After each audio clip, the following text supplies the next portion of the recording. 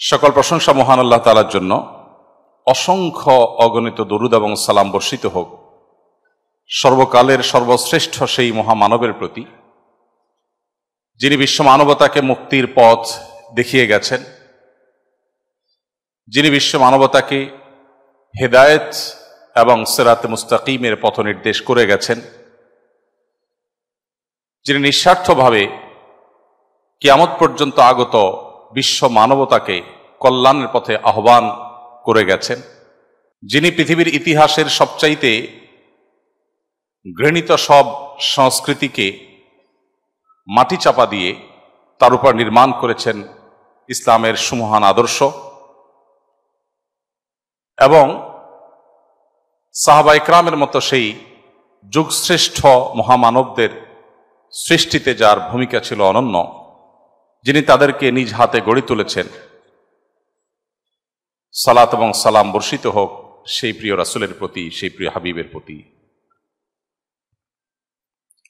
সম্মানিত উপস্থিতি, ঢাকা মেডিকেল কলেজের আজকের এই সিরাত সেমিনারের সম্মানিত সভাপতি, ঢাকা মেডিকেল কলেজের সম্মানিত প্রিন্সিপাল মহোদয় এবং ঢাকা মেডিকেল কলেজ হসপিটালের সম্মানিত পরিচালক মহোদয়, এবং আমার পিতৃতুল্য বা বড় ভাই তুল্য সম্মানিত শিক্ষকবৃন্দ এবং আমার প্রাণপ্রিয় শিক্ষার্থীবৃন্দ, আজকের এই সেমিনারে আসার পেছনে আমার একটা বিশেষ প্রেরণা কাজ করেছে।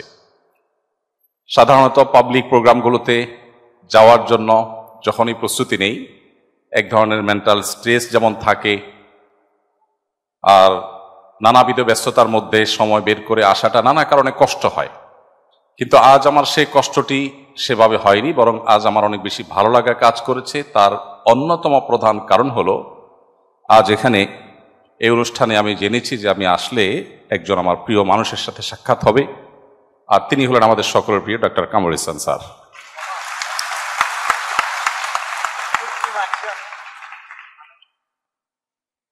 আল্লাহরে বান্দাকে আমরা নানাভাবে জেনেছি।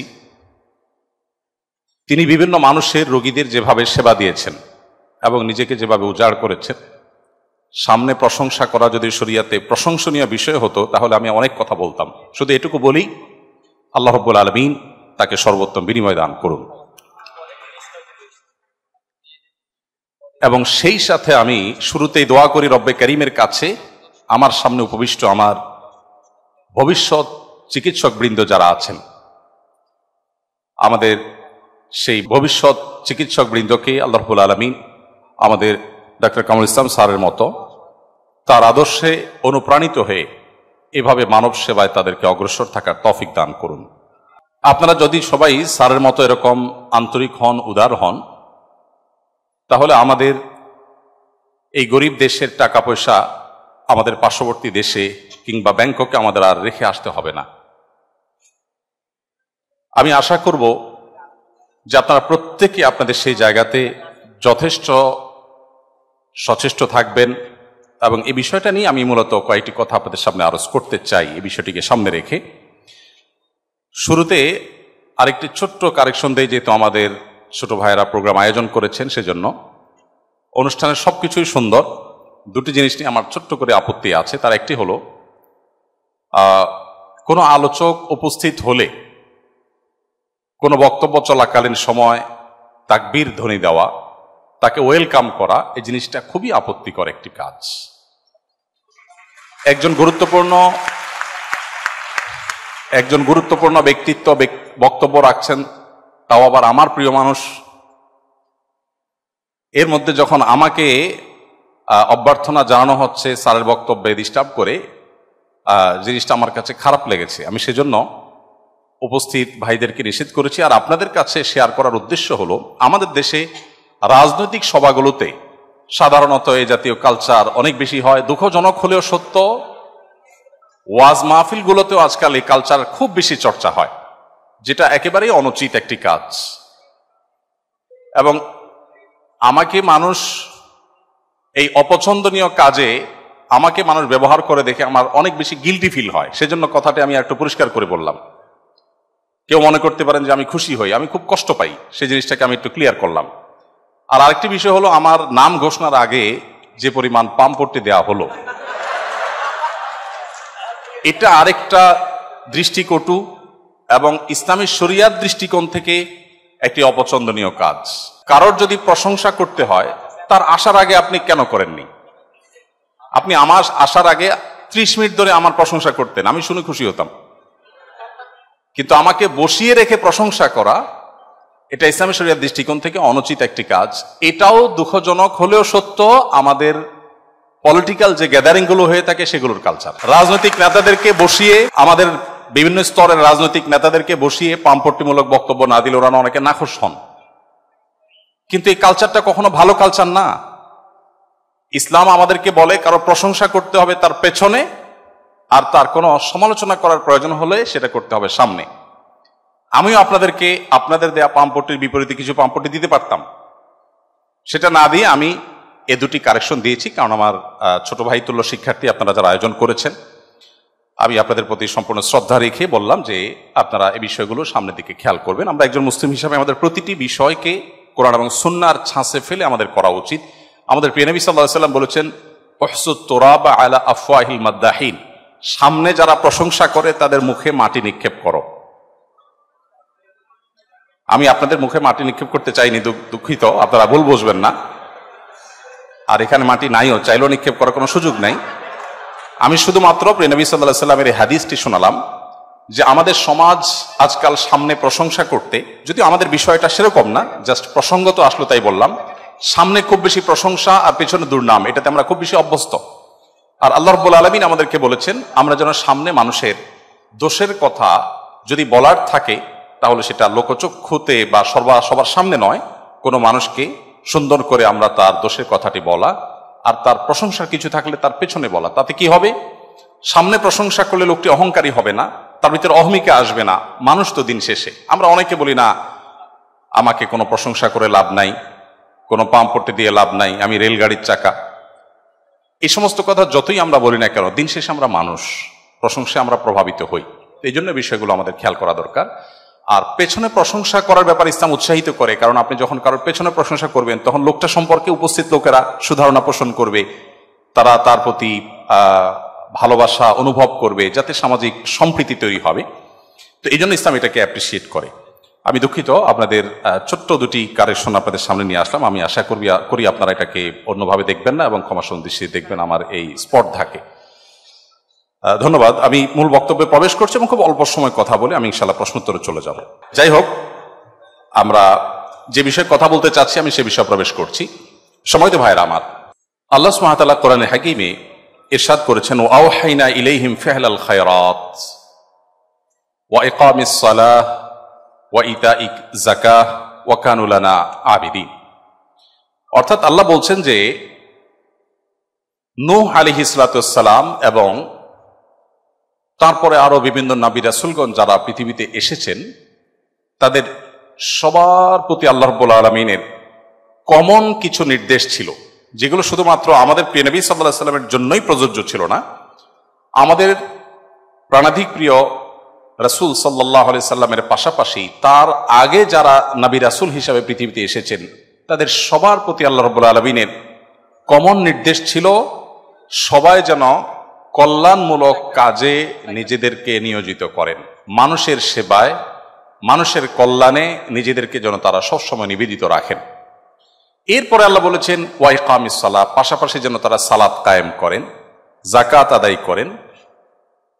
এই আয়াতে আমরা দেখতে পাচ্ছি আল্লাহ রাব্বুল আলামিন ফি'লুল খায়রাত বা বিভিন্ন ধরনের বিবিধ আইটেমের যে ভালো কাজ আছে, জনকল্যাণমূলক কাজ, জনসেবামূলক কাজ, মানুষের উপকার সাধন করা, এই কাজে যেন নবী রাসূলগণ নিজেদেরকে নিয়োজিত রাখেন, সেজন্য আল্লাহ তাদেরকে নির্দেশ করেছেন।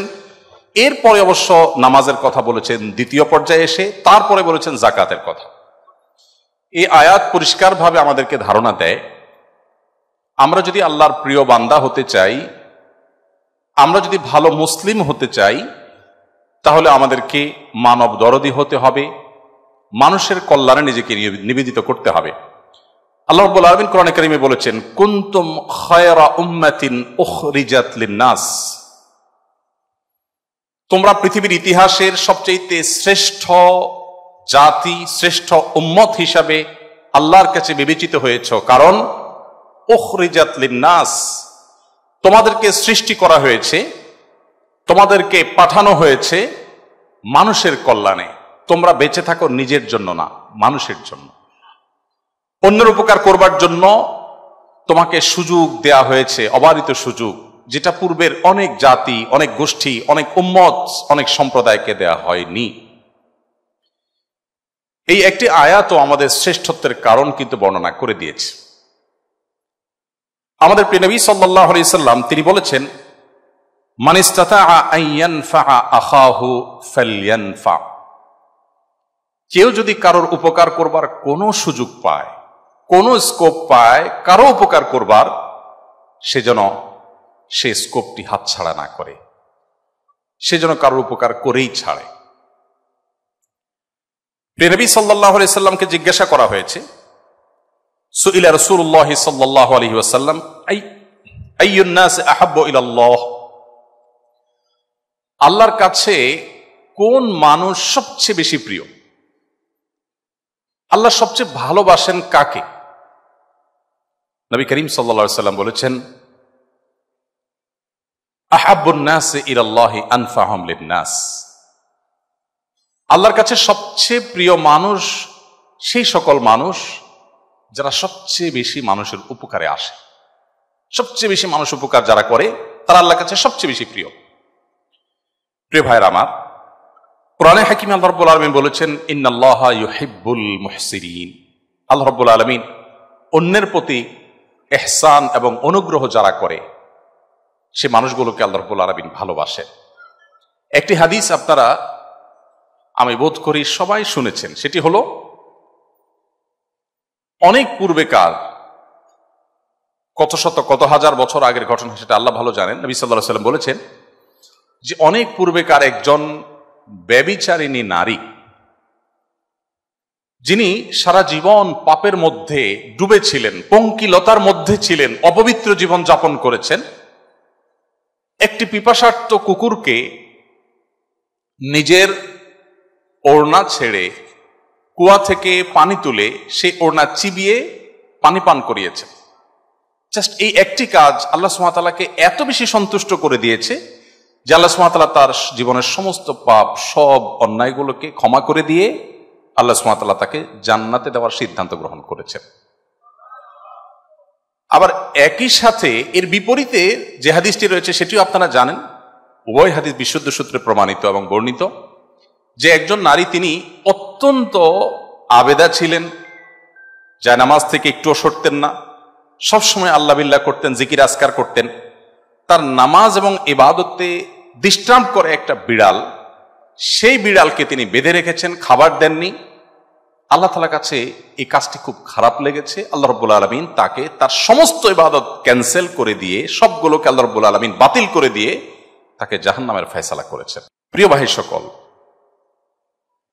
মানুষের উপকার করবার যে ইবাদত, এই ইবাদতকে আমরা অনেক মুসলিম ঘরে জন্ম নেয়া মানুষরাও মনে করি এটা জাস্ট একটা সামাজিক একটা ভালো কাজ। এটা যে একটা ইবাদত, অনেক বড় ইবাদত, এটা আমরা অনেকে জানি না। ডক্টর খন্দকার আব্দুল্লাহ জাহাঙ্গীর রাহিমাহুল্লাহর নাম আপনারা অনেকে শুনেছেন, আপনারা অনেকে স্যারের সাথে পরিচিত আছেন। ইসলামী বিশ্ববিদ্যালয় কুষ্টিয়ার আল হাদিস ডিপার্টমেন্টের প্রফেসর ছিলেন। স্যারের একটি কথা আমি বিভিন্ন জায়গায় বলার চেষ্টা করি। স্যার বলতেন, আমি আমার এই ক্ষুদ্র জীবনে দেশে বিদেশে বিভিন্ন ইউনিভার্সিটিতে, বিভিন্ন শিক্ষা প্রতিষ্ঠানে কোরআন এবং হাদিসের উপরে উচ্চতর ডিগ্রি নিয়েছি। দীর্ঘদিন ইউনিভার্সিটিতে ছেলেদেরকে ইসলামিক সাবজেক্টের উপর শিক্ষকতা করেছি, অধ্যাপনা করেছি। ইসলামিক বিষয়ের উপরে বহু বই পুস্তক স্যার লিখেছেন, আপনারা জানেন, শত শত পৃষ্ঠার বই লিখেছেন, বাংলায় লিখেছেন, ইংরেজিতে লিখেছেন, বিভিন্ন ভাষায় স্যারের বই আছে। ক্ষণজন্মা এই ব্যক্তিত্ব, তিনি বলেছেন, আমার সারা জীবনে ইসলাম শিক্ষার নির্যাস, তার সামারি যদি জানতে চান আপনি, তো আমি 2 লাইনে আপনাকে সামারি দিতে পারবো। আমি কোরআন, পুরো কোরআন পড়ে হাদিসের ভান্ডারের ভেতরে অবগাহন করে কোরআন এবং হাদিসের নির্যাস, ফিক সহ ইসলামের অন্যান্য যে জ্ঞানভাণ্ডার আছে, সেই জ্ঞানভাণ্ডারের ভিতরে ডুব দিয়ে যৎকিঞ্চিত জ্ঞান আমার সারা জীবনে অর্জন হয়েছে তার নির্যাস হলো 2 লাইন।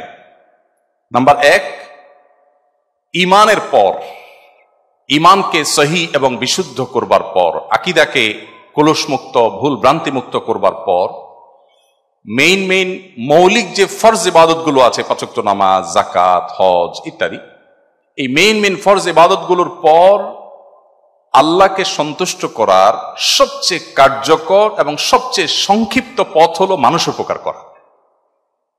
এটা হলো 1 লাইন। আর দ্বিতীয় লাইন হলো কুফরের পর, আল্লাহর প্রতি অবিশ্বাসের পর, শিরকের পর, বড় বড় মৌলিক যে অপরাধগুলো আছে এগুলোর পর, কবিরা গুনাহগুলোর পর আল্লাহ তাআলা সবচেয়ে বেশি অসন্তুষ্ট হন বান্দার সে কাজে যে কাজে বান্দা মানুষের ক্ষতি করে।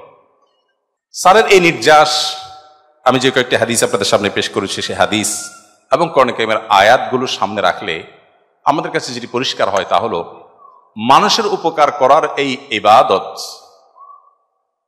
এটিকে আমাদের জীবনে বিশেষভাবে গুরুত্ব আরোপ করা উচিত। আমাদের প্রিয় নবী সাল্লাল্লাহু আলাইহি সাল্লাম তিনি আল্লাহ রাব্বুল আলামিনের পক্ষ থেকে নবুয়ত এর দায়িত্ব বুঝে পাওয়ার আগে তিনি তার মক্কার জীবনে ছোটবেলা থেকে, শৈশব থেকে মানুষের উপকার করবার, মানব সেবা করবার জন্য চেষ্টা করতেন। একটি হাদিস আপনারা অনেকে শুনে থাকবেন, হেরা গুহায় যখন জিবরিলের সাথে তার প্রথম সাক্ষাৎ হয় তিনি কিছুটা ভড়কে যান। বাসায় আসার পর স্ত্রী খাদিজা রাদিয়াল্লাহু তাআলা আনহাকে যখন তিনি বলেছেন আমি ভয় পেয়েছি, এরকম একটি দৃশ্য দেখতে পেলাম, এই গুহায় আমি দীর্ঘদিন ইবাদত করছি, কেউ কারোর সাথে সাক্ষাৎ হয়নি, তিনি হঠাৎ করে জিবরিলকে দেখেছেন, তিনি আবার 3 বার তাকে বুকের সাথে নিয়ে চাপ দিয়েছেন, নবী সাল্লাল্লাহু আলাইহি ওয়াসাল্লাম ভয় পেয়ে গেছেন। বাসায় এসে যখন এটি বললেন যে আমি বোধহয় বাঁচবো না, বোধহয় কোনো ক্ষতিকর কোনো কিছু আমার পেছনে লেগেছে বা কিছু একটা, তখন খাদিজা রাদিয়াল্লাহু তাআলা আনহা তাকে সান্ত্বনা দিতে গিয়ে বলেছেন, কাল্লা লা ইউখজিকাল্লাহু আবাদা, এটা হতেই পারে না যে আপনাকে আল্লাহ তাআলা কখনো লাঞ্ছিত করবেন, অসম্ভব, আপনি কখনোই লাঞ্ছিত হবেন না। কেন?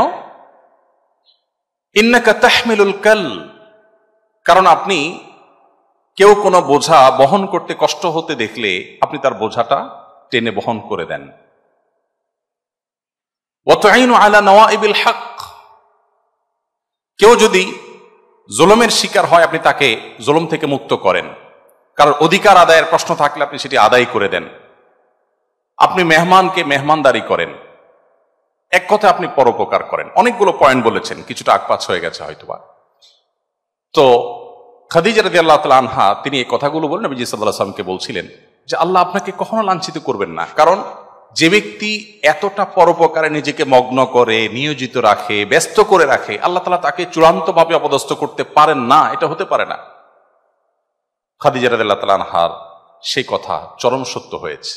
প্রিয় ভাইরা আমার, এই যে মানুষের উপকার করার ইবাদত, এই ইবাদতটুকু আপনারা যারা চিকিৎসা পেশার সাথে যে কোনোভাবে জড়িত আছেন, আপনাদের চাইতে ভালোভাবে অন্য কোনো পেশার মানুষরা এতটা সম্পাদন করতে পারে না যতটা আপনারা পারেন। আমি একটি কথা বিভিন্ন সময় বলার চেষ্টা করেছি বিভিন্ন জায়গায়, প্রত্যেকটা মানুষের জীবনে চাওয়া পাওয়া থাকে, আক্ষেপের জায়গা থাকে, আফসোসের জায়গা থাকে। আমার জীবনে যদি কোনো আফসোস বলেন, আলহামদুলিল্লাহ আল্লাহ তাআলা আমাকে সবকিছু দিয়েছেন, আল্লাহর নেয়ামতে আমি ধন্য হয়েছি, কোনো কিছুর কোনো ঘাটতি আল্লাহ দেননি, আল্লাহ সবই দিয়েছেন। তবে আমার ত্রুটি যে আমি চিকিৎসক হতে পারিনি। হ্যাঁ, সিরিয়াসলি, কারণ একজন চিকিৎসক তার জান্নাতে যাওয়ার পথ এত সংক্ষিপ্ত, এত সহজ, এটা দেখে আমার ঈর্ষা হয়। এত মানুষ থাকতে কেন কামরুল ইসলাম স্যারকে আমার এত বেশি ভালো লাগে? কারণ চিকিৎসক হয়ে তিনি যে সহজে মানুষের হৃদয় জয় করেছেন, অন্য কোনো পথে মানুষের হৃদয় জয় করার, মানুষের দিলের নিংড়ানো দোয়া পাওয়ার পথ আমার অন্তত জানা নাই। আপনি মানুষকে লক্ষ লক্ষ টাকা দিয়ে দিতে পারেন, কোটি কোটি টাকা দিয়ে দিতে পারেন, কিন্তু একজন অসুস্থ মানুষ, একজন রোগীকে যদি আপনি আন্তরিকতা দিয়ে সেবা দেন, আপনার মনোযোগ দিয়ে, আপনার ভালোবাসা দিয়ে, আপনার ঐকান্তিকতা দিয়ে, আপনার প্রচেষ্টা দিয়ে যদি আপনি তাকে সেবা দিতে পারেন, এই লোকটার যে হৃদয় নিংড়ানো দোয়া আপনি পাবেন, এটি অনেক কাজ করে, অনেক ভালো কাজ করে, অন্য অনেকভাবে উপকার করে মানুষের দিল থেকে এইভাবে দোয়া আসলে পাওয়া সম্ভব নয়। আর এই কারণে আপনাদের প্রতি আমার উদাত্ত আহ্বান, যারা আমার প্রাণপ্রিয় শিক্ষার্থীবৃন্দ আছেন, আপনারা ভবিষ্যতে ইনশাআল্লাহ চিকিৎসক হয়ে পড়াশোনা শেষ করে আপনারা এদেশে চিকিৎসা সেবায় আপনাদের যে সেরাটা আছে সেটা আপনারা উপহার দিবেন ইনশাআল্লাহ। কিন্তু আমি আপনাদেরকে সুনির্দিষ্টভাবে আপনাদের ভাই হিসাবে ছোট ছোট করে কয়েকটি আমার পক্ষ থেকে আবেদন আপনাদের সামনে পেশ করব। তার আগে আমি আমার এই চ্যাপ্টারটা আমি একটু ক্লোজ করতে চাই যে মানুষের উপকার করবার যে সুযোগ আপনাদের সামনে আছে জীবনের এই পর্যায়ে এসে, অর্থাৎ আপনারা যে পর্যায়ে আছেন স্টুডেন্ট হিসাবে, আপনাদের প্রতি আমার উদাত্ত আহ্বান থাকবে আপনারা সিদ্ধান্ত নিয়ে নেন যে আমরা চিকিৎসা পেশাকে আমাদের নিজেদের উপায় উপার্জন হিসাবে গ্রহণ না করে এটাকে আমি সত্যিকার অর্থে আমার স্বপ্নের সেবা হিসাবে দেখব ইনশাআল্লাহ। চেষ্টা করা যাবে না ইনশাআল্লাহ? আমাদের এই দেশটি নানা কারণে আমরা পিছিয়ে আছি। আপনারা আমার চাইতে অনেক ভালো জানার কথা কি পরিমাণ টাকা আমাদের দেশ থেকে আমাদের পার্শ্ববর্তী দেশে মানুষ চিকিৎসার জন্য রেখে আসে। এই গরিব দেশের টাকা কি পরিমাণ রেখে আসে মানুষ থাইল্যান্ডের ব্যাংককে গিয়ে, অন্যান্য জায়গায় গিয়ে। আমাদের দেশে অনেক সীমাবদ্ধতা আছে, আমি আপনাদের উপর দোষ আরোপ করছি না। আমি জানি আমাদের অনেক চিকিৎসকগণ সেবা দিতে চান, অনেক ক্ষেত্রে আমরা পিছিয়ে আছি, সেজন্য আমরা সেই সেবাগুলো আমাদের রোগীদেরকে আমরা দিতে পারি না। কিন্তু কিছু জিনিস আপনারা চাইলেই করতে পারেন এবং খুব সহজে আপনারা রোগীদের মন জয় করতে পারেন, এবং সেটা করতে পারা উচিত আপনাদের। কারণ মানুষ সবচেয়ে কষ্টের সময় আপনাদের কাছে আসে, আর আমার মতো হুজুরদের কাছেও মানুষ কষ্টের সময় আসে। আমি একটা কথা প্রায় বলি, আমাদের দেশে ব্যবসায়ী এবং রাজনীতিবিদরা, আমার দীর্ঘদিন ধর্মীয় কাজ করার যে অভিজ্ঞতা আছে তার আলোকে আমি দেখেছি বিভিন্ন সময় আমাদের কাছে তারা আসেন। অনেক তরুণ আমার কাছে সিভি নিয়ে আসে, ভাই আপনার কাছে অনেক ব্যবসায়ীর নম্বর আছে, অনেককে আপনি চিনেন, পরিচয় আছে, একটু সিভিটা দিন ভাই, যেন চাকরি দিয়ে দেন, বেকার আছে। তো আমি যুবককে বসায় সুযোগ থাকলে চা পানি খাওয়ায় বলি, ভাই দুঃখের কথা কি বলবো, আমাদের মতো হুজুরদের কাছে ব্যবসায়ীরা কখনো তাদের সুদিনে আসে না। যখন রাস্তায় বসার উপক্রম হয়, ব্যবসা যখন লাল বাতি হলুদ বাতি জ্বলা শুরু করে, তখন তারা সব আমাদের দোরগোড়ায় চলে আসে, এসে এবার হুজুর পানি পড়া দেন, তেল পড়া দেন, দোয়া দুরুদ করেন। একই ব্যবসায়ী, আমি বহু ব্যবসায়ীকে দেখেছি যে ওনার যখন দুর্দিন ছিল উনি অনবরত আসছেন, দোয়া দুরুদ চাইছেন, এরপর দেখি অনেকদিন কোনো খোঁজ খবর নাই। নিজে থেকে যদি খবর নেওয়ার জন্য বন্ধু বান্ধব লেভেলের হয়তোবা ওরকম পার্সোনাল লেভেলের সম্পর্ক থাকলে যদি খবর নেই, ভাই অনেকদিন তো খোঁজ খবর নাই, কি ব্যাপার, দোয়া টোয়া লাগে না এখন আর? তখন বলে যে হুজুর আলহামদুলিল্লাহ ব্যবসাটা ভালো রান করছে, সময় পাচ্ছি না হুজুর, সময় করে আসবো। আমি বলি আল্লাহ আপনাকে সময় না করার তৌফিক দান করুক, কারণ আপনার সময় হওয়া মানে ব্যবসা খারাপ হওয়া, সেটা আমি চাচ্ছি না। ঠিক একইভাবে রাজনৈতিক নেতৃবৃন্দকে আমি দেখেছি, তারা যখন খুব চাপে থাকেন, এক কথা বিরোধী দলে থাকেন, তখন তারা হুজুরদের মজলিসে, দরবারে, অফিসে নিয়মিত যাতায়াত করেন, ফোন করেন, হুজুর একটু দোয়া করেন, হুজুর আল্লাহরই রক্ষা করে। আর যখনই তাদের পরিস্থিতি পাল্টে যায় তখন হুজুররা চেরাগ দিয়ে তাদেরকে আর খুঁজে পায় না। তো আমাদের হুজুরদের কাছে যেরকম মানুষ তার জীবনের সবচেয়ে কঠিন সময় আসে, সুদিনে আসে না। ওই যে চাকরি প্রার্থী যুবককে আমি বুঝাই, ভাইরে তোমার চাকরি আমি কিভাবে দিব, ওই ব্যবসায়ী তো সুদিন হইলে আর আসে না, দুর্দিন হলে আসে, তখন তার চাকরি পারলে ছাঁটাই করতে চায়, সে নতুন করে লোক থেকে নেবে। তো বাস্তবতা হলো, আপনারা যারা চিকিৎসা পেশার সাথে জড়িত আছেন, মানুষের সবচেয়ে কষ্টের সময় আপনাদের কাছে আসে। আমি সেদিন কুয়েটের প্রোগ্রামে বলেছিলাম, আমাদের ইঞ্জিনিয়ার ভাইদের কাছে মানুষ যায় হলো সুখের সময়, আর আপনারা যারা ডাক্তার আপনাদের কাছে আসে মানুষ দুঃখের সময়।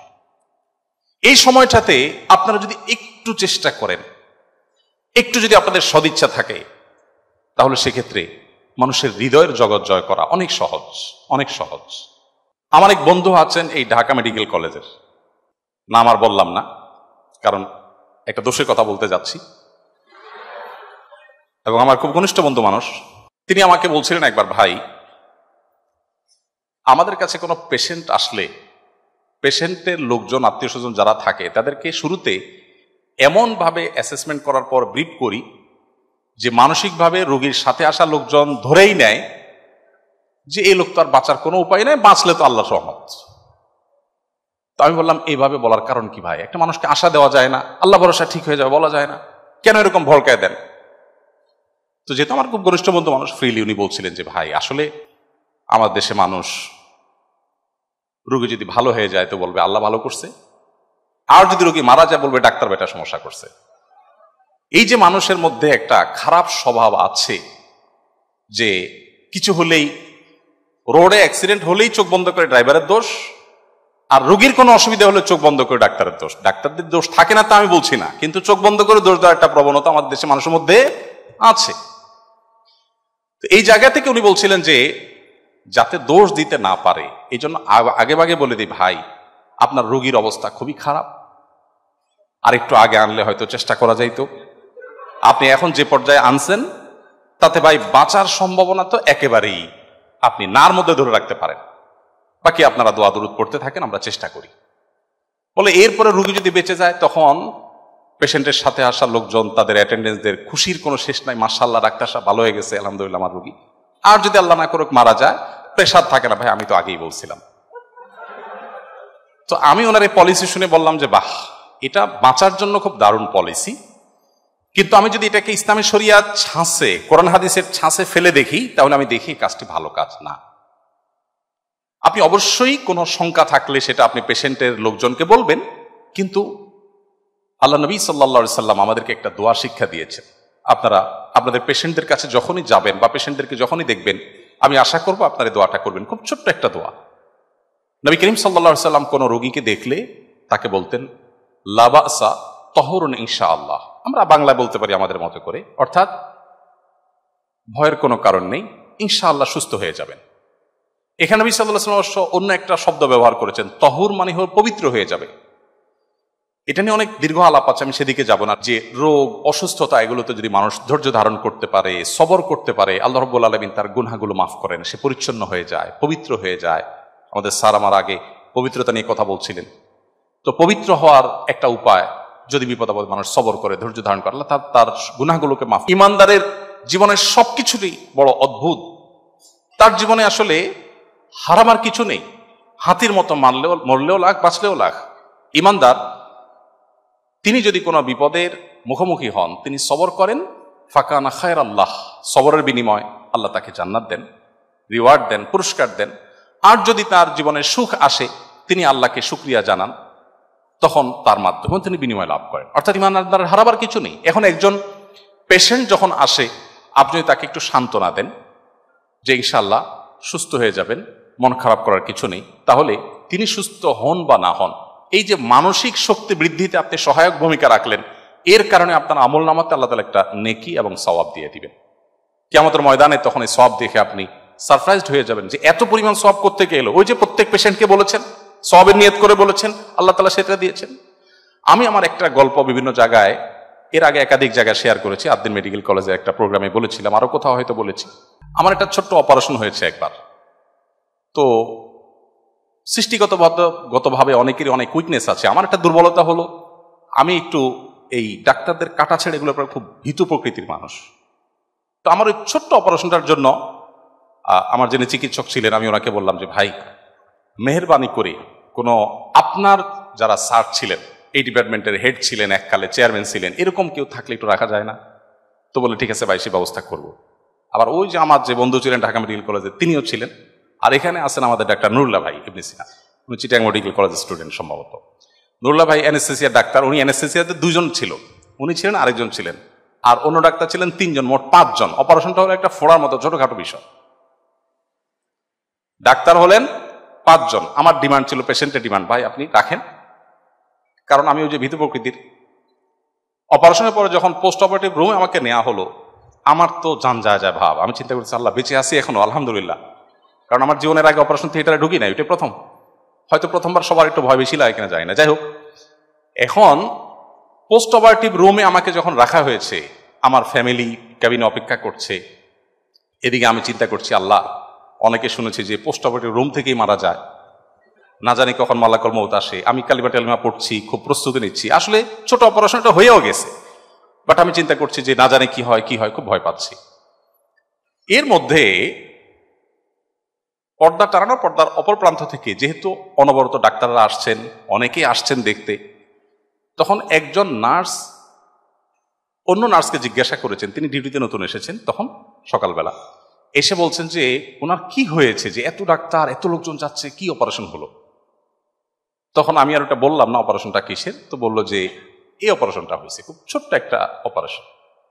এটা বলার পর ওই নার্স এমন ভাবে তুচ্ছ তাচ্ছিল্য করে, অপমানকর ভাবে তিনি বললেন, এই অপারেশন মানে এইটার জন্য এত কাহিনী? বিশ্বাস করবেন, আমার ওই দিনের অনুভূতি আমার সারা জীবন মনে থাকবে। সেটি হলো যে 5 জন ডাক্তার মিলে আমার অপারেশন করে আমাকে যতটা আশ্বস্ত করতে না পেরেছেন, ওই নার্স ভদ্র মহিলার অপমানকর সে উক্তি, তার ওই কথা আমার মনকে এত শক্তিশালী করেছে। আমি তখন চিন্তা করলাম, ছি ছি ছি, এর জন্য আমি এত কাহিনী করছি। আমি তখন নিজেকে দোষারোপ করা শুরু করলাম, গিল্টি ফিল করা শুরু করলাম যে এইটা কোনো কথা, এই রোগের জন্য আমি এত কাহিনী করছি, এত এত কষ্ট দিচ্ছি মানুষকে, এত চিল্লাচিল্লি করছি, এটা কি হইলো কিছু? ছি ছি ছি। এরপর থেকে নার্স আসুক আর ডাক্তার আসুক, আমি ভাবি ধরতাম, না না কিছু হয়, কোনো অসুবিধা নেই, আমি ঠিক আছি, আমি ওকে। আমাকে এরপরে খুব দ্রুততম সময়ে পোস্ট অফিস রুম থেকে আমার রুমে পাঠিয়ে দেওয়া হলো, কারণ ডাক্তাররা তখন ফিল করছেন হ্যাঁ আমি ভালো হয়ে গেছি, আসলে আমি ভালো হয়ে গেছি। এই যে একজন নার্সের একটা শব্দের একটা উক্তি, যে এইটা বাহ্যিকভাবে আমি একটু অপমান বোধ করেছি যে এটা কোনো কথা, আমার এই রোগটাকে তিনি কোনো রোগী মনে করলেন না, কোনো পাত্তাই দিলেন না, আমি একটু অপমান বোধ করেছি। কিন্তু পরক্ষণে চিন্তা করলাম এটা তো পজিটিভ কথা, আমার রোগটা কোনো রোগী না, কোনো অপারেশনই না। এই একটি কথা যদি আমাকে এর পরিমাণ আস্থা এনে দিতে পারে, এতটা আমাকে সাহসী করে দিতে পারে, তাহলে এবার আপনারা নিশ্চয়ই আপনাদের চেয়ার থেকে, আমি আমার পেশেন্টের জায়গা থেকে আমি আমার কথা বলেছি, আপনি আপনার ডক্টরের চেম্বার থেকে, আপনি আপনার চেয়ার থেকে একটু আপনি ভাবুন যে আমরা যারা রোগী হয়ে আপনাদের কাছে যাই, আপনারা যদি একটু সান্ত্বনা দেন, একটু যদি অভয় দেন, একটু যদি সাহস যোগান, তাহলে অর্ধেক ট্রিটমেন্ট অনেক ক্ষেত্রে আপনাদের সেই আচরণ থেকেই হয়ে যাবে। কিন্তু দুর্ভাগ্য, ওই যে আমার বন্ধু যেটা বলেছে, অনেক ডক্টর আছেন যে আসার পরে হাইকোর্ট সুপ্রিম কোর্ট সব দেখানো রোগীকে শেষ হয়ে যায়, রোগী তো আগেই গলা শুকায় যায় যে আমি তো তাহলে শেষ, বাঁচলে সেটা অতিরিক্ত। যাই হোক, তো আমার এই বক্তব্যের নির্যাস হলো, আমরা আজকে যেই মহানবী হযরত মুহাম্মদ সাল্লাল্লাহু আলাইহি ওয়াসাল্লামের সিরাত আলোচনা করার জন্য এখানে সমবেত হয়েছি, তিনি সবসময় মানুষ উপকার করতেন, আর এই উপকার করবার অনেক বড় সুযোগ আপনাদের হাতে আছে। আমি আশা করব আপনারা সেই সুযোগকে হাতছাড়া করবেন না, এবং সেই সুযোগকে আপনারা সম্পূর্ণরূপে 16 আনা আদায় করে নেবেন, এবং আপনাদের জান্নাতের পথকে আপনারা সুগম করবেন। আল্লাহ তাআলা আপনাদের সবাইকে সেই তৌফিক দান করুন। সময়ত ভাইরা, আপনারা যারা মেডিকেল কলেজের স্টুডেন্ট, আপনাদের প্রতি আমার বলেছিলাম ছোট ছোট করে, খুব সামান্য কয়েক মিনিটের মধ্যে আমি কয়েকটি নিবেদন আপনাদের কাছে রাখতে চাই। সর্বপ্রথম যে বিষয়টি বলতে চাই তা হলো, একজন মুসলমানের সন্তান হিসাবে ইসলামের বেসিক বিষয়গুলো জানা আমাদের উপরে ফরজ। এই ফরজটা আমাদের অনেকের আদায় হয় নাই। আমরা অনেকে এখানে সেই সকাল থেকে এই পর্যন্ত সিরাত সেমিনারে আছি, অনেকে ঘণ্টাব্যাপী বক্তব্য শুনছি, কিন্তু দুঃখজনক হলেও সত্য যে একজন মুসলিম হিসাবে যা না জানলে নয়, এরকম মৌলিক ফরজ বিষয়গুলো পর্যন্ত আমরা অনেকে জানিনি, শিখিনি। আমরা ছোটবেলায় হয়তো কেউ মক্তবে পড়েছি বা হুজুরের কাছে কোরআনটা শিখেছি, আমরা মনে করেছি এটাই বোধহয় ইসলাম শিক্ষা। আমাদের জাতীয় কারিকুলামে, আমাদের পাঠ্যক্রমে ধর্মীয় শিক্ষাকে সেভাবে গুরুত্ব না দেওয়ার কারণে আমরা অনেকে ব্যক্তিগত পর্যায়ে বা পারিবারিক উদ্যোগে ইসলাম শিখতে হয়, আমাদের ইসলাম শেখাটা পূর্ণাঙ্গতা পায় না। আমি আপনাদেরকে আজকে বলতে চাই, আপনাদের অবসর সময়ে আপনারা জীবনে একবারের জন্য হলেও পুরা কোরআনে কারীম শুরু থেকে শেষ পর্যন্ত বুঝে অর্থসহ একবার করে পড়বেন। আর প্রিয় নবী সাল্লাল্লাহু আলাইহি সাল্লামের জীবনী, যে কোনো একটা জীবনী, তার জন্ম থেকে মৃত্যু পর্যন্ত পুরো জীবনীটাকে আপনি একবার করে পড়বেন। সেই সাথে কোন একটা নির্বাচিত হাদিস গ্রন্থ আপনার কাছে থাকতে পারে। আমি ডক্টর আব্দুল্লাহ জাহাঙ্গীর রহমাল্লাহর কথা বলেছি, স্যারের রাহে বেলায়েত বইটি ইসলামকে বোঝার জন্য অসাধারণ একটি বই। এই বইটি আপনার পাঠ্য তালিকায় থাকতে পারে, আরো অনেক ভালো বই আছে। আমি মৌলিকভাবে কোরআনে কারীম এবং সিরাত গ্রন্থটা যেন আপনি পড়ে শেষ করেন, এরপর ইসলামের একদম বেসিক বিষয়গুলো জানার জন্য আপনি চেষ্টা করেন। আজকাল অনলাইনে অনেক কোর্স অফার করা হয়। আপনারা জানেন, আপনাদের এই পেশার একজন মানুষ কিন্তু ডাক্তার জাকির নায়েক, আপনাদের পেশার একজন মানুষ, অর্থাৎ আপনাদের দলের লোক। তিনি আপনাদের হয়ে আল্লাহর অনুগ্রহে যে পরিমাণ দ্বীনের সেবা করে গেছেন, যত মানুষকে আলোর পথ দেখিয়েছেন। আমি আমার জীবনে বহু মানুষ দেখেছি, মুসলমানের সন্তান, ইসলাম নিয়ে তার সংশয় ছিল, পেশায় ডাক্তার, চক্ষু বিশেষজ্ঞ, আমার আরেক বন্ধু, তিনি আমাকে নিজে বলেছেন, ভাই মুসলমানের সন্তান ছিলাম, কিন্তু নানা কারণ ইসলামের অনেক বিষয় আমার সংশয় ছিল। অনেক হুজুরদেরকে জিজ্ঞাসা করেছি, বাট হুজুরদের উত্তরে আমি স্যাটিসফাইড হইনি। হঠাৎ করে দেখলাম যে টেলিভিশনে স্ক্রল করতে করতে দেখি যে এক ভদ্রলোক একদম আপনার প্যান্ট কোট পরা, আবার দেখলাম নামের শ্বাস ডাক্তার, দেখেছি, দেখলাম আমার জাতি ভাই। তখন একটু মনোযোগ দিয়ে শুনলাম, শুনে দেখি বাহ, একই প্রশ্নের উত্তর উনি দিচ্ছেন, বাট আমি অনেক স্যাটিসফাইড হয়ে যাচ্ছিলাম। যাই হোক, এরপরে তিনি আস্তে আস্তে অগ্রসর হতে লাগলেন। এখন মাশাআল্লাহ দ্বীনের এমন একটা পর্যায়ে চলে গেছেন আমার সে ভাই, যে তাকে দেখে আমার রীতিমতো ঈর্ষা হয় যে তার মতো আমল করতে পারতাম। ভাইরা আমার, আপনারা আপনাদের এই পেশাগত যে দায়িত্ব, যে কাজ, যে ব্যস্ততা, এগুলোর ফাঁক দিয়েও চাইলে দ্বীনের বেসিক বিষয়গুলো আপনারা শিখে ফেলতে পারেন। আপনারা একটু আগে আমাদের শ্রদ্ধেয় কামরুল স্যারের বক্তব্যে শুনছিলেন যে স্যার স্মার্টফোন ব্যবহার করেন না, বাটন ফোন ব্যবহার করেন। মাশাআল্লাহ, অসাধারণ। যদিও এই যুগে শুধু বাটন ফোন ব্যবহার করা মানুষ পাওয়া সোনার হরিণ হয়ে গেছে, তো স্মার্টফোন আমাদের যে পরিমাণ সময় কিল করে, অপচয় করে, অপ্রয়োজনীয় সময় আমাদের খেয়ে ফেলে, শুধু ওই সময় থেকে সামান্য একটু সময় বের করলে আপনি ইসলামের বেসিক বিষয়গুলো জানতে পারবেন। ইসলামকে যদি আপনি জানেন, বিশেষ করে নবী সাল্লাল্লাহু আলাইহি সাল্লামের সিরাত, এটা জানার জন্য আজকে সেমিনার করা যথেষ্ট নয়। আমি আপনাদেরকে আহ্বান করব, আপনি একটি সিরাত গ্রন্থ আপনার জীবনে, সেটা হতে পারে রাহিকুল মাখতুম, সেটা হতে পারে নবী রহমত, সেটা হতে পারে যে কোনো ভালো অথেন্টিক সিরাত গ্রন্থ, ডক্টর আলী সাল্লাবির যে সিরাত গ্রন্থ, সেটা পড়তে পারেন। আর অনেকগুলো আছে, সৈয়দ সুলাইমান নাদবী, তার একটা ঐতিহাসিক সিরাত গ্রন্থ আছে, বাংলা অনুবাদ, নামটা আমি ভুলে গেছি। তো এইগুলোর কোনো একটা যদি আপনার পাঠ্য তালিকায় থাকে, আর সম্ভব হলে একাধিক যদি হয়, আপনি পুরো সিরাত গ্রন্থটা শুরু থেকে শেষ পর্যন্ত পড়েন। আমি আপনাকে আল্লাহর উপর ভরসা করে দায়িত্ব নিয়ে বলতে পারি, আপনি ইসলামটাকে ভেতর থেকে অনুভব করবেন। আপনার কাছে বোঝা মনে হবে না, আপনার কাছে নামাজ পড়াটা বোঝা মনে হবে না, আপনার কাছে ভালো লাগা কাজ করবে। আপনি ইসলামটাকে বুঝে আদায় করলে যে স্বাদ, যে তৃপ্তি, সে অবর্ণীয় তৃপ্তি পাবেন। আপনার ইমানের মিটার তরতর করে অনেক উপরে উঠে যাবে। কারণ আমি একটি কথা প্রায় বলি, আজও এক অন্য ধর্মাবলম্বী ভাই ইসলাম গ্রহণ করেছেন, তিনি এফিডেভিট কমপ্লিট করেছেন, অফিসিয়াল সব কাজ শেষ করেছেন, এরপর আমার এখানে কালিমা শাহাদা পাঠ করতে এসেছেন। আমি প্রত্যেক নও-মুসলিমকে জিজ্ঞাসা করি, যারা আমার হাতে দেশে, দেশের বাইরে ইসলাম গ্রহণ করে, আমি জিজ্ঞেস করি, ভাই কি দেখে আপনি ইসলামে আসছেন? সাধারণত আমরা মুসলমানদের যে অবস্থা, আমাদের আচার আচরণ, আমাদের কাজ কারবার, আমাদের ভেজাল, আমাদের দুর্নীতি, আমাদের অপকর্ম, আমাদের গুনাহে লিপ্ততা, এগুলো এত বেশি হয়ে গেছে যে আমাদের কাজকাম দেখে অন্য ধর্মের কেউ ইসলামের প্রতি আকৃষ্ট হওয়ার কোনো কারণ থাকতে পারে না। তো আমি সেজন্য কৌতূহল হয়ে জিজ্ঞেস করি, ভাই আপনি ইসলামে আসছেন যে আসলে ঘটনা কি? বেশিরভাগ মানুষের উত্তর হলো, হয় তিনি কখনো কোরআনের সংস্পর্শে এসেছেন, কোরআনের কোনো অংশ বুঝে পড়ার সুযোগ হয়েছে তার জীবনে, অথবা আমাদের প্রিয় নবী সাল্লাল্লাহু আলাইহি সাল্লামের জীবনী গ্রন্থ তাকে প্রভাবিত করেছে। ফ্রান্সের একজন পলিটিশিয়ান এক সময় 2010-11 এই সময়ে, আমি যখন সৌদি আরবে ছিলাম, প্রবাসী বাংলাদেশিদের সেবায় সৌদি আরবের ইসলামিক অ্যাফেয়ার্স মিনিস্ট্রির অধীনে কাজ করতাম, তখন আমার মনে আছে যে ফ্রান্সের একজন পলিটিশিয়ান, তিনি প্রচন্ড মুসলিম বিদ্বেষী ছিলেন। তার বিরুদ্ধে আমি নিজে সোশ্যাল মিডিয়াতে অনেক অ্যাক্টিভিজম করেছি, লেখালেখি করেছি। অনেক দিন পর, মনে হয় বছর খানেক আগে,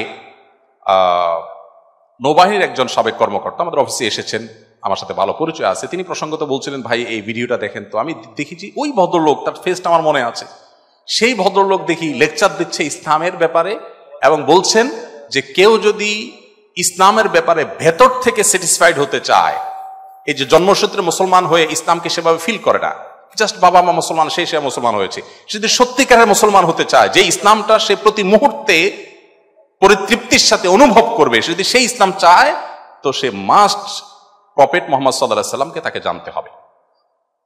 আমি তার ওই ভিডিও দেখে তো অবাক হয়ে গেলাম যে এই ভদ্রলোককে তো আমি চিনি, এ তো প্রচন্ড ইসলাম বিদ্বেষী ছিলেন, কাহিনী কি এই লোক এত সুন্দর বক্তব্য দিচ্ছে। তখন আমাকে উনি বললেন যে উনি সিরাত গ্রন্থ পাঠ করে নবী সাল্লাল্লাহু আলাইহি সাল্লামের জীবন ইতিহাস হয়তো দোষ ধরার উদ্দেশ্যে পাঠ করেছেন, মুসলমানদের পেছনে লাগার জন্য করেছেন, কিন্তু আল্লাহ তাআলা তাকে হেদায়েত দিয়েছেন। তিনি ওটা পাঠ করার পর নিজে স্বেচ্ছায় ইসলামের ছায়া তুলে তিনি এসেছেন। ভাইরা আমার, প্রিয় নবী সাল্লাল্লাহু আলাইহি সাল্লামের জীবদ্দশায় যত মানুষ ইসলাম গ্রহণ করেছে, সেই ওমর রাদিয়াল্লাহু তাআলা আনহু থেকে নিয়ে, ওমর রাদিয়াল্লাহু তাআলা আনহু এসেছিলেন রাসূল সাল্লাল্লাহু আলাইহি ওয়াসাল্লামকে হত্যা করার জন্য, খুন করবার জন্য, দায়িত্বপ্রাপ্ত হয়ে এসেছেন, কিন্তু এসে নবী সাল্লাল্লাহু আলাইহি সাল্লামের কাছে ইসলাম গ্রহণ করে তারপর ফিরে গেছেন। অসংখ্য ব্যক্তিত্ব পাবেন আপনি, যারা শুধুমাত্র নবী সাল্লাল্লাহু আলাইহি ওয়াসাল্লামের ব্যক্তিত্বে মুগ্ধ হয়ে ইসলাম গ্রহণ করেছেন। কেন আপনি একটি সিরাত গ্রন্থ পড়া উচিত মুসলমানের সন্তান হিসাবে আপনার জীবনে, এ বিষয়ে অনেক কথা আমাকে বলতে হবে, আমার হাতে সময় নেই। আমি শুধুমাত্র একটি কথা বলে আমি শেষ করবো এই অংশটা। সেটা হলো, যে মানুষটির পৃথিবীতে আগমনের, পৃথিবীর আলো দেখবার আগেই বিপদ মাথায় করে এসেছেন, পৃথিবীর আলো দেখবার আগেই বাবাকে হারিয়েছেন, পৃথিবীর আলো দেখবার পরপরই মমতাময়ী মাকেও হারিয়েছেন। কৈশোরে যখন তার একমাত্র অভিভাবক দাদা আব্দুল মুত্তালিব, কুরাইশের নেতা, কৈশোর পার হতে না হতে দাদা আব্দুল মুত্তালিবকে আল্লাহ নিয়ে গেছেন, তিনিও মারা গেছেন। একের পর এক পায়ের নিচে থেকে মাটিগুলো সরে যাচ্ছে। এরপরে তার জীবনের সবচেয়ে দুঃসময় যখন এসে পৌঁছেছে, সবচেয়ে কঠিন সময়, তার ঘরে থেকে তাকে যিনি সাহস দিতেন, অভয় দিতেন, তিনি ছিলেন তার স্ত্রী খাদিজা রাদিয়াল্লাহু তাআলা আনহা। আর বাহির থেকে যিনি তাকে প্রোটেক্ট করতেন, তিনি ছিলেন আবু তালেব, তার চাচা। একই বছর দুইজনকে আল্লাহ নিয়ে গেলেন, পায়ের নিচ থেকে মাটি সব সরে যাচ্ছে। এরপর শুরু হলো নির্যাতনের স্টিম রোলার। কতভাবে একটা মানুষকে অপমানিত করা যায়। তার মতো এত সম্মানিত মানুষ, মক্কার মুশরিকরা সম্মিলিতভাবে যারা তাকে সবচেয়ে বড় অ্যাওয়ার্ড দিয়ে আল আমিন উপাধিতে ভূষিত করেছে, সেই মানুষগুলো তার মুখের উপর থুতু নিক্ষেপ করেছে। তিনি যখন সেজদায় চলে গেছেন, ওটের নাড়ি বুড়ি এনে তার পিঠের উপর রেখে দিয়েছে। তাকে ফিজিক্যালি অ্যাটাক করা হয়েছে, রক্তাক্ত করা হয়েছে। হেন কোনো অপমান নাই যেটা তাকে করা হয়নি। 3টি বছর তার সাথে অবরোধ করা হয়েছে। কি অবরোধ? আজকের মোড়ল রাষ্ট্রগুলো যেরকম অবরোধ করে সেরকম না, সে অবরোধ ছিল অনেক ভয়ঙ্কর অবরোধ। সে 3 বছরের অবরোধে মক্কার কোনো মানুষ তার সাথে, তার অনুসারীদের সাথে কথা পর্যন্ত বলতো না, কেউ কোনো লেনদেন করতো না। সেই যুগে অল্প কয়েকজন মানুষ মক্কায় বসবাস করে। সেই সমাজে যখন সবাই কয়েকজন মানুষের সাথে এরকম সম্পর্ক ছিন্ন করে, তখন তাদের জীবন কি হয় সেটা বলার অপেক্ষা রাখে না। এত কঠিন সময় পার করার পর যখন মক্কায় থাকা গেল না কোনোভাবে, তিনি হিজরত করে আল্লাহর নির্দেশে মদিনায় যেতে লাগলেন। সে হিজরতটাও তাকে করতে শান্তিমতো দেওয়া হলো না। রাতের অন্ধকারে তাকে আত্মগোপন করে যেতে হলো। যেতে গিয়ে আবার গারে শহরে আশ্রয় নিতে হলো। সেখানে তাকে দাওয়া করা হলো, সেখান থেকে ধরে এনে তাকে হত্যা করার ষড়যন্ত্র করা হলো। এর আগে তাকে বারবার হত্যা করতে চেষ্টা করা হলো। তার মেয়েদের উপরে টর্চার করা হলো। তার অনুসারীদেরকে জ্বলন্ত চুলার উপরে, কয়লার উপরে রেখে যেরকম মাছ ভাজি করে মানুষ, মাছ পুড়ে খায় মানুষ, ঠিক সেভাবে এক একজন অনুসারীকে, আরবের যে গরম, মিডল ইস্টের যে গরম, যারা গিয়েছেন তারা জানেন, চামড়া পুড়ে যাওয়া গরম, সে গরমে উত্তপ্ত পাথরের উপরে সাহাবীদেরকে শুইয়ে, খালি শরীরে শুইয়ে, তাদের বুকের উপরে আবার ভারী এবং ওইরকম আগুনের মতো গরম পাথর দিয়ে তাদেরকে চাপা দিয়ে রাখা হতো। চামড়া গলে পাথর ঠান্ডা হয়ে যেত। ভাইরা আমার, এত নির্মম নির্যাতনের পর যখন মদিনায় আসলেন, একটু শান্তিতে থাকবেন, মদিনার মানুষজন বললেন যে আপনারা কষ্ট করার দরকার না, আপনি আমাদের এখানে চলে আসলে আমরা আপনাকে ওয়েলকাম করব। তিনি গেলেন তাদের কথায় সেখানেও তাকে শান্তিতে থাকতে দেওয়া হলো না। একটার পর একটা যুদ্ধ চাপিয়ে দেওয়া হয়েছে, কখনো বদর, কখনো উহুদ, কখনো খন্দক, কখনো তাবুক। একটি রাতের জন্য তাকে শান্তিতে ঘুমোতে দেওয়া হয়নি। যার জীবনে এত বাধা, এত বিপত্তি, এত ষড়যন্ত্র, এত জুলুম, এত নির্যাতন, আমি প্রায় বলি পৃথিবীর ইতিহাসে মুহাম্মদ সাল্লাল্লাহু আলাইহি সাল্লামের চাইতে বেশি দুঃখী কোনো মানুষ ছিল না। সবচেয়ে বেশি কষ্ট যিনি করেছেন, দুনিয়াতে এসেছেন দুঃখ মাথায় করে, যাওয়া পর্যন্ত দুঃখে ছিলেন। ইন্টারেস্টিং বিষয় হলো, এত দুঃখ যার জীবনে, তার তো বেঁচে থাকাটাই বেশি। সেখানে শুধু তিনি বেঁচে থাকেন নাই, তিনি তার মিশন ইসলামকে মদিনা হিজরতের পর মাত্র 10 বছরে গোটা পৃথিবীর প্রান্তে প্রান্তরে পৌঁছে দিয়েছেন। তার মিশনকে তিনি সাকসেস করেছেন। পৃথিবীর সবচেয়ে কষ্টে নিপতিত মানুষটি যদি সবচেয়ে স্বল্পতম সময়ে সাকসেসের সর্বোচ্চ চূড়ায় যেতে পারে, সেই মানুষটির জীবনের সিক্রেটসটা কি ছিল, তার সাফল্যের গল্পগাথা কি ছিল, তার সে জীবনে কি আমাদের জানা প্রয়োজন নয়? মুসলিম তো বটেই, সত্যানুসন্ধানে অন্য ধর্মাবলম্বী ভাইদেরকেও তো আমি আহ্বান করব যে এরকম একজন মানুষ যার জীবনটা একটা মিরাকল, যে এত বিপদের মধ্যে আপনারা পড়াশোনা শেষ করে, ডাক্তারি পড়া শেষ করে আপনারা চাকরি বাকরিতে ঢুকে 10 বছর সময় তো আপনার জীবন গোছানোর জন্য যথেষ্ট হয় না। 10 বছরে তো আপনি একটা ভালো চেয়ারে যেতেও পারেন না। সেখানে মুহাম্মদ সাল্লাল্লাহু আলাইহি সাল্লাম 10 বছরে নিজের জীবনের ক্যারিয়ার নয়, নিজের পরিবারের অর্থনৈতিক অবস্থা নয়, শুধুমাত্র মক্কা মদিনার মানুষ নয়, গোটা বিশ্বের পট পরিবর্তন করে দিয়ে গেছেন। কি ছিল তার জীবনে, কিভাবে করেছেন, এই জানার কৌতূহল প্রত্যেকটা সত্যানুসন্ধানে মানুষের মধ্যে থাকা দরকার। আমি আমার জীবনে কোন সিরাত গ্রন্থ 8 বার 10 বার পাঠ করেছি শুরু থেকে শেষ পর্যন্ত। আমি কোনো বই খুব বেশি পড়তে অভ্যস্ত না, কিন্তু সিরাতের গ্রন্থ পেলে আমি না পড়ে পারি না, এবং শুরু থেকে শেষ পর্যন্ত বারবার পড়তে থাকি। প্রত্যেকবার নতুন নতুন বিষয় আমার মধ্যে উদ্ভাসিত হয়, আমার ঈমানকে বৃদ্ধি করে। এই জন্য আমি আপনাদেরকে আহ্বান করতে চাই যে আপনাদের শিক্ষা জীবনের ফাঁকে ফাঁকে একবার হলেও নবীজিকে জানার জন্য একটি সিরাত গ্রন্থ কমপ্লিট শুরু থেকে শেষ পর্যন্ত পড়ার চেষ্টা করবেন। কোরআনে কারিমের শুরু থেকে শেষ পর্যন্ত একটু একটু করে প্রতিদিন আপনি পড়ে এটাকে শেষ করবেন। এই দুটি কাজ যদি আপনি করেন, তাহলে আপনি মুসলিম বাই চান্সের জায়গা থেকে মুসলিম বাই চয়েস হতে পারবেন ইনশাআল্লাহ। আমি উদাত্ত আহ্বান আপনাদের প্রতি রাখলাম। নাম্বার 2, আপনাদের উদ্দেশ্যগুলোকে এখন থেকে একটু আপনারা মডিফাই করে নেবেন।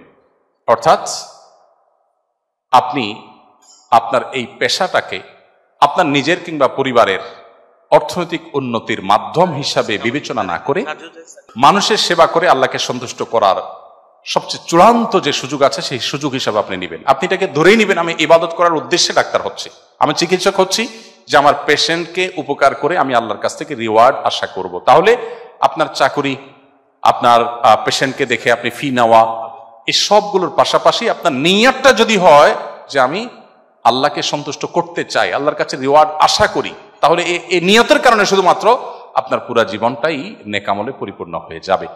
এবং আমি যেটা বলছিলাম যে অন্য অনেক পেশার মানুষজন এত বেশি মানুষের দোয়া পেতে পারে না আপনি যতটা পেতে পারেন। একটা সুন্দর মুচকি হাসির মাধ্যমে, একটা সুন্দর আচরণের মাধ্যমে, একটু আপনার আন্তরিকতার মাধ্যমে। আমি জানি আপনারা যারা এই পেশার সাথে জড়িত আছেন, আমরা এদেশের মানুষ, আমি আমার মতো সাধারণ রোগী যারা, আমরা অনেকেই বেবুঝা রোগী। ওই যে আমার সামান্য একটা বিষয়ের জন্য 5 জন ডাক্তারকে একত্র করে ফেলেছি, আমরা একটু বেবুঝাই থাকি। আমরা পেশেন্ট যারা আছি আপনাদেরকে অনেক বিরক্ত করি। আমরা এক জিনিস 5 বার জিজ্ঞাসা করি। ওই যে একটা প্রসিদ্ধ চুটকি আছে না, যে কোন ডাক্তার বলেছেন যে ভাই পেশেন্টকে বলে দিয়েছেন রাতে আপনার রুটি খেতে হবে। এর অনেকদিন পরে ডাক্তার কাছে আসলেন, দেখলেন যে ডাক্তার চেক করে অবস্থার উন্নতি হয় না, বললেন যে আপনাকে রাতে রুটি খাইতে বলছি, খান নাই? বলে হ্যাঁ, রাতে প্রতিদিন খাইছি, ভাত খাওয়ার পরে নিয়মিত রুটি খাইছি আমি। ওই ঘটনার মতো ঘটনা আপনাদের কাছে অহরহ আসে, প্রচুর বিরক্ত আমরা করি। আপনাদের ধৈর্য ধারণ করা কঠিন হয় আমি জানি, কিন্তু এই কঠিন কাজটা করেই তো আল্লাহর কাছে জান্নাত আশা করতে হবে। আমি দেশের বাইরের একজন চিকিৎসকের কাছে একবার কোন একটা রোগে গেছিলাম, যাওয়ার পরে আমি দেখলাম একটু নতুন অভিজ্ঞতা হলো আমার। তিনি প্রেসক্রিপশন লিখছেন আমার দিকে ফিরিয়ে, পেশেন্টের দিকে ফিরিয়ে ইংরেজিতে তিনি প্রেসক্রিপশন লিখছেন। আমি চিন্তা করলাম, বাহ, অনেকভাবে লেখার কথা জেনেছি, এটা তো নতুন অভিজ্ঞতা হলো আমার। মানে আমি পেশেন্ট হিসাবে আমি যেন জিনিসটা বুঝতে পারি, লিখছেন আর আমাকে বুঝাই দিচ্ছেন।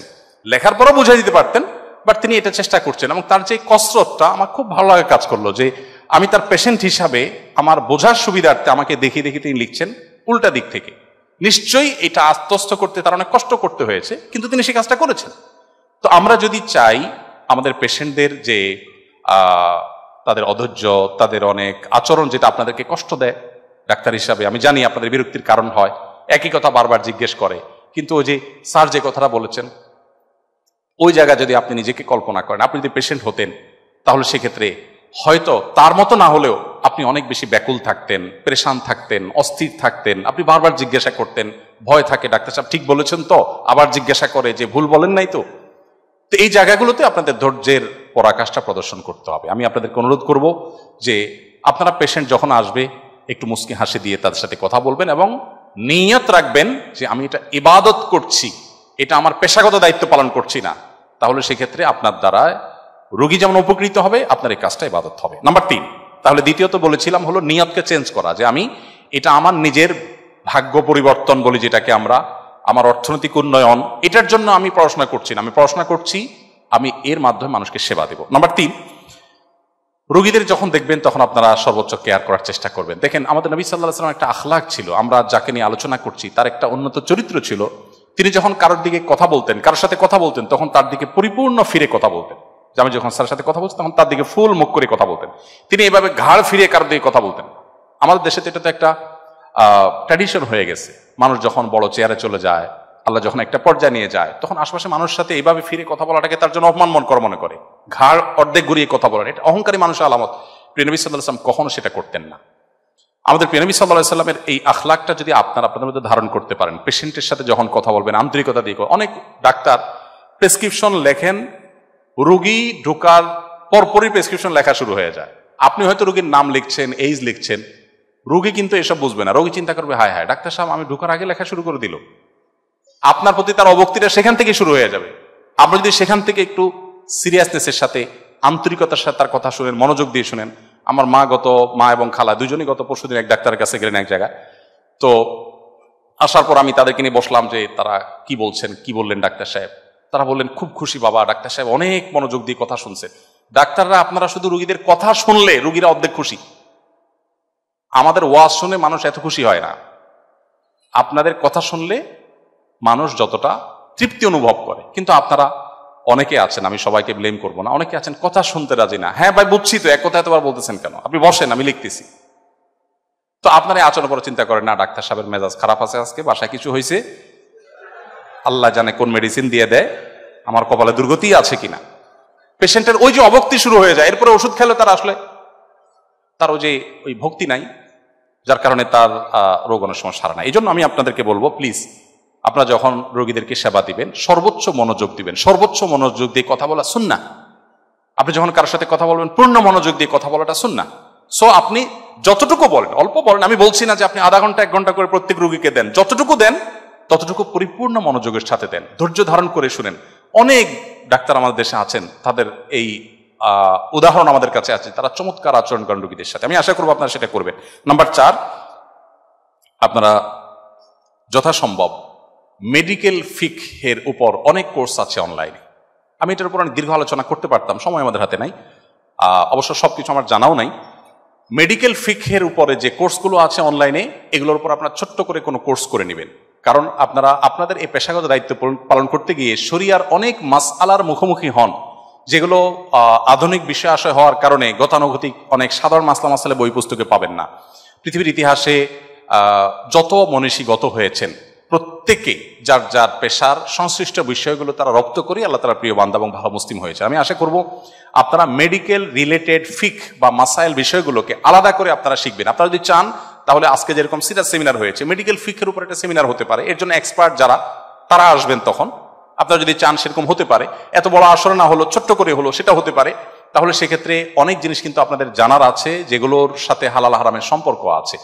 আমি একটু আগে আইটি সেক্টরের যারা আমাদের দেশের জায়ান্ট আছেন তাদের একটা প্রোগ্রাম ছিল কৃষিবিদ ইনস্টিটিউট, সেখানে বলে আসছিলাম একই কথা, যে তাদের রিলেটেড বিষয়গুলো আছে। ইসলামটা হলো যে আমার রিলেটেড বিষয়গুলো আমাকে জানা। আপনি ডাক্তার হিসাবে যে মাসালা আপনার জানা ফরজ, আমার উপরে সেটা জানা ফরজ না, কারণ আপনার পেশাগত দায়িত্ব পালন করতে গিয়ে সেটা জানতে হয়। সেটা জানার জন্য আপনাদেরকে আমি অনুরোধ করলাম। নাম্বার 5, আমি যেটা বলছিলাম, একটু মুচকি হাসি দিয়ে সুন্দর আচরণ করে রোগীদেরকে আপনারা ওয়েলকাম করবেন। আপনারা যদি রোগীদেরকে সুন্দর একটু মুচকি হাসি দিয়ে কথা বলেন, তাহলে রোগীরা অনেক ভালো ফিল করবেন। এটা অনেক ডাক্তারদের মধ্যে আছে, সেটা আপনারা করবেন ইনশাআল্লাহ, আমি আশা করবো। সেটা আমি রিপিট করছি না। 6 নম্বর হলো, যখন রোগী দেখবেন, রোগী দেখা কিন্তু একটা ইবাদত।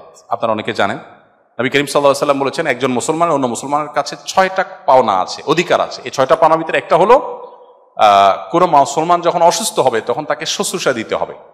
তার শুশ্রূষা করা, রোগীকে দেখতে যাওয়া, এটা একটা ইবাদত। আপনি যখন আপনার রোগীদের দেখার জন্য রাউন্ডে যাবেন, আপনি যদি নিয়ত করেন, আমি এটা শুধু ডাক্তারদের বলছি না, আমাদের নার্স বোনদেরকে, নার্স ভাইদেরকে বলছি যারা আছেন, যে পেশা আছে, আপনি পেশেন্টের রুমে যাচ্ছেন, যাওয়ার সময় একটু থমকে দাঁড়িয়ে নিয়ত করে নেন যে আমি রোগী দেখার যে ইবাদত, যে সওয়াব, সে নিয়তে আমি যাচ্ছি। এটা নিয়ত করে যদি আপনি যান, তাহলে আপনার যাওয়াটা একটা ইবাদত হয়ে যাবে ইনশাআল্লাহ। এবং ওখানে যাওয়ার পর আপনি দেখবেন আপনি মোটিভেটেড হয়ে গেছেন ভিতর থেকে, যে আপনি রোগীকে বিশেষভাবে আন্তরিকতার সাথে দেখছেন। কারণ ওই যে আপনি তো আল্লাহর জন্য এসেছেন, আল্লাহর কাছে রিওয়ার্ড পেতে এসেছেন, এই জন্য আপনার মধ্যে একটা বিশেষ প্রেরণা আপনি অনুভব করবেন। এই জন্য যখনই রোগীদেরকে দেখবেন, রোগী দেখার যে সওয়াব, সেটার আশা করে, সেই সুন্নাহর আশা করে আপনারা করবেন। সর্বশেষ যেটি বলবো, আপনারা ডাক্তাররা অনেক নসিহত করলে, অনেক উপদেশ দিলে সাধারণ মানুষ যতটা শুনবে, ওই একই বিষয়ে আমাদের মতো টিপিক্যাল হুজুরদের কথা কিন্তু মানুষ শুনবে না, আপনাদের কথা যতটা শুনবে। যেমন আপনি যদি বলে দেন সুন্নাহসম্মত লাইফস্টাইল মেনটেন করতে, আমরা জানি সুন্নাহসম্মত লাইফস্টাইল মেনটেন করলে অনেক রোগবালাই থেকে মানুষ বেঁচে যায়। আল্লাহ তাআলা আমাদেরকে সুস্থ রাখেন, আমাদের শরীরে ইমিউন সিস্টেম স্ট্রং হয়। নবী সাল্লাল্লাহু আলাইহি ওয়াসাল্লাম রাতে তাড়াতাড়ি ঘুমোতে বলেছেন। আমরা এখন রাত কয়টা বাজে এখন ওয়াজ করছি? আমি বারবার আয়োজকদেরকে বলেছি আমাকে যেন আগে দেওয়া হয়। অবশ্য আমি নিজে আসতে একটু দেরি হয়েছে, তারপর আবার দেরি হয়েছে। তো যাই হোক, এটা তো অনেক বেশি দেরি না, আমাদের দেশে মাহফিলগুলো তো রাত 12টা-1টা পর্যন্ত করে। এই জন্য মাহফিল থেকে আমি সরে এসেছি, মাহফিল প্ল্যাটফর্মে আর যাচ্ছিও না। যদিও অনেক ভাইরা আছেন সেখানে কাজ করছেন, কাজ করার দরকার আছে সেখানে, কিন্তু আস্তে আস্তে সেটাকে সংশোধন করতে হবে। এই যে রাত জেগে থাকা, দেরিতে ঘুমানো, আমাদের দেশে মানুষের শুধু না, মুসলিম কান্ট্রিগুলোর দিকে তাকালে আমার খুব কষ্ট লাগে, মিডিল ইস্টের দিকে তাকালে তো আরো কষ্ট লাগে। সৌদি আরব সহ আমি 10 বছর সৌদি আরবে ছিলাম। মিডিল ইস্টের মানুষ রাত, তারা সারা রাত টোটো করে ঘুরে আর সকাল থেকে দুপুর পর্যন্ত ঘুমায়, বিশেষ করে রমজান মাসে।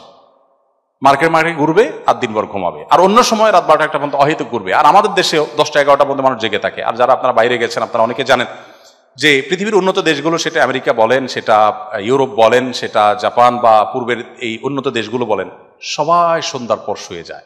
সবাই সন্ধ্যার পর শুয়ে যায়। সন্ধ্যার পর শুয়ে গেলে জীবনে বরকত হয়।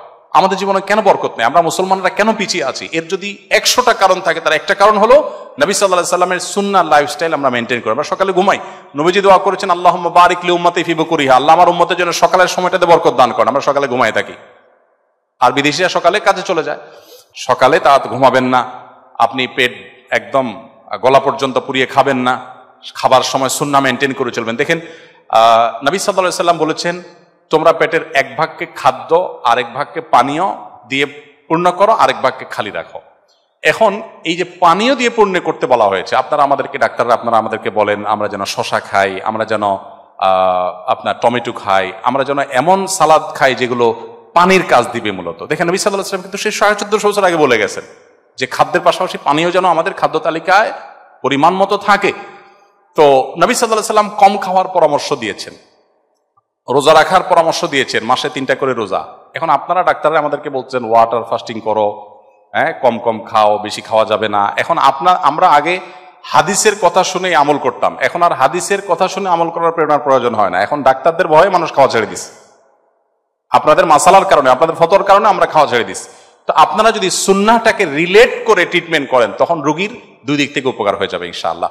আমি আশা করবো আপনারা সে কাজগুলো করবেন। আমি দুঃখ প্রকাশ করছি, কথা বলতে বলতে অনেক বেশি সময় বলে ফেলেছি, অনেক কথা বলে ফেলেছি। আমি সামারি করে দিচ্ছি। প্রথমত, একজন মুসলমান হিসাবে ইসলামের বেসিক বিষয়গুলো জানার জন্য একটু সময় বের করবেন ইনশাআল্লাহ, এটা আপনাদের উপরে ফরজ। প্রিয় নবী সাল্লাল্লাহু আলাইহি সাল্লামকে জানার চেষ্টা জীবনে একবার হলেও করবেন। দ্বিতীয়ত, আপনাদের নিয়ত বা উদ্দেশ্যটাকে পরিবর্তন করে নেবেন, যে আপনাদের এই পেশাগত দায়িত্বটা পালন করবেন আল্লাহকে খুশি করার জন্য, আল্লাহর কাছ থেকে রিওয়ার্ড পাওয়ার আশায়। ওই যে মানুষ উপকার করে সবচেয়ে বেশি ইবাদত করা সম্ভব, আল্লাহর প্রিয়পাত্র হওয়া সম্ভব, সেই জায়গাটা যাওয়ার জন্য। তৃতীয়ত, যখনই রোগীদেরকে দেখবেন সর্বোচ্চ গুরুত্ব দিয়ে দেখবেন। 2 মিনিটই সময় দিলেন, কিন্তু খুব আন্তরিকতার সাথে দেখলেন, খুব ভালোবাসার সাথে দেখলেন, সিরিয়াসনেসের সাথে দেখলেন, তার আস্থা অর্জন করলেন, তিনি যেন স্যাটিসফাইড হয়ে যান আপনার রুম থেকে, যে হ্যাঁ আমাকে ডাক্তার সাহেব সময় দিয়েছেন, মনোযোগ দিয়েছেন। এটা কিন্তু গুরুত্বপূর্ণ একটা সুন্নাহ। আর মনোযোগ না দেওয়া এটা গুরুত্বপূর্ণ একটা খারাপ চরিত্র, যেটা অনেক সময় আমরা ব্যস্ততার কারণে ইগনোর করি মানুষকে। আমার দ্বারা অনেক সময় হয়ে যায়, আল্লাহ আমাকে মাফ করুক। নাম্বার 3, মেডিকেল রিলেটেড যে ফিক মাসাইলগুলো আছে সেগুলো শেখার জন্য একটু সময় বের করবেন। অনেকগুলো কোর্স ডেভেলপ করা আছে অনলাইনে, আপনারা দেখলেই পাবেন, আর অফলাইনেও চাইলে আপনারা আয়োজন করতে পারেন। আর 4 নম্বর হলো সুন্দর আচরণ এবং মুস্কি হাসি দিয়ে সাথে আপনারা মানুষকে ওয়েলকাম করবেন। 5 নম্বর হলো রোগীদেরকে যখন দেখতে যাবেন বা পেশেন্ট যখন দেখবেন, তখন নিয়ত করে নেবেন যে রোগী দেখা একটা ইবাদত, আমি সেই ইবাদতটা সম্পাদন করছি, তখন এটি একটি ইবাদত হবে। আর সর্বশেষ এবং 7 নম্বর হলো রোগীদেরকে সুন্নাহ লাইফস্টাইল বিভিন্ন আমলের কথা আপনারা বলবেন। এই ওষুধটা ফজরের পরে খাবেন নাস্তা করে, এটা জোহরের পর নামাজ পড়ে তারপর দুপুরে খানা খেয়ে খাবেন, এটা এশার নামাজ পড়ে রাতের খানা খেয়ে খাবেন। কৌশলে আপনি নামাজের দাওয়াত দিয়ে দিলেন তাকে, এবং অন্যান্য যে দাওয়াগুলো আছে সেগুলো যদি আপনারা দিতে চান, আপনারা অনেক ভালোভাবে দিতে পারেন। মানুষ হুজুরদের মুখ থেকে ইসলামের কথা শুনতে শুনতে ক্লান্ত, এখন চায় আপনাদের মতো ডাক্তাররা একটু উঠে আসুক। আপনার উঠে আসলে তখন দেখা যাবে আমাদের মতো অনেক মৌলবীদের ভাত থাকবে না। তো আমরা চাই আমাদের ভাত না থাকুক, পোলাও থাকুক, আপনারা উঠে আসেন। আমি চাই আপনারা উঠে আসেন, আপনারা শিখে আসেন। আল্লাহ তাআলা আপনাদের সবাইকে দুনিয়া এবং আখিরাতে কল্যাণের মুখে কল্যাণের পথে থাকার তৌফিক দান করুন। আজকে যাকে নিয়ে আমরা আলোচনা করছি সেই প্রাণের নবী মুহাম্মদ সাল্লাল্লাহু আলাইহি সাল্লামকে আল্লাহ তাআলা আমাদের সবাইকে জানা, উপলব্ধি করা, তাকে ভালোবাসার তৌফিক আল্লাহ তাআলা আমাদের সবাইকে দান করুন। জাযাকুমুল্লাহু খায়রা।